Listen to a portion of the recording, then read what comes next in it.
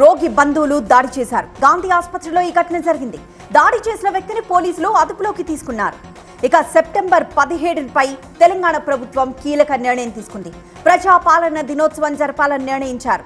హైదరాబాద్ లో సీఎం రేవంత్, జిల్లాల్లో మంత్రులు, సలహాదారులు, కార్పొరేషన్ చైర్మన్లు జెండాలను ఎగరవేస్తారు.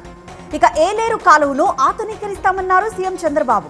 65,000 ఎకరాల్లో పంట నష్టం జరిగిందని, ఒక్క ఎకరానికి కనీసం 10,000 ఇస్తామన్నారు. ఇళ్లు పూర్తిగా దెబ్బతింటే కొత్తవి నిర్మించిస్తామన్నారు. ఇక కేంద్ర హోంమంత్రి అమిత్ షాతో కేంద్ర మంత్రి శివరాజ్ సింగ్ చౌహాన్ సమావేశమయ్యారు. ఇప్పటికే తెలంగాణ, ఏపీలో పర్యటించిన శివరాజ్ సింగ్ చౌహాన్ 2 రాష్ట్రాల్లో వరద నష్టంపై అమిత్ షాకు నివేదికిచ్చారు. హిమాచల్ ప్రదేశ్లోని సంజౌలీలో నిర్మించిన అక్రమ మసీదును వెంటనే కూల్చివేయాలని హిందూ సంఘాలతో పాటు బీజేపీ కార్యకర్తలు ఆందోళన చేపట్టారు.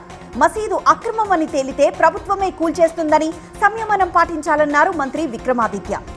ఇక జమ్మూ కశ్మీర్ ప్రజలకు కాంగ్రెస్ ఎన్సీ కూటమితోనే న్యాయం జరుగుతుందన్నారు ఖర్గే.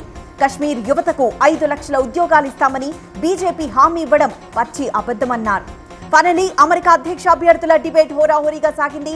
పెన్సిల్వేనియాలోని నేషనల్ కాన్స్టిట్యూషన్ సెంటర్ వేదికగా జరిగిన తొలి డిబేట్ వాడి వేడిగా జరిగింది. ఇరువురు అధ్యక్ష అభ్యర్థులు పరస్పరం విమర్శలు చేసుకున్నారు.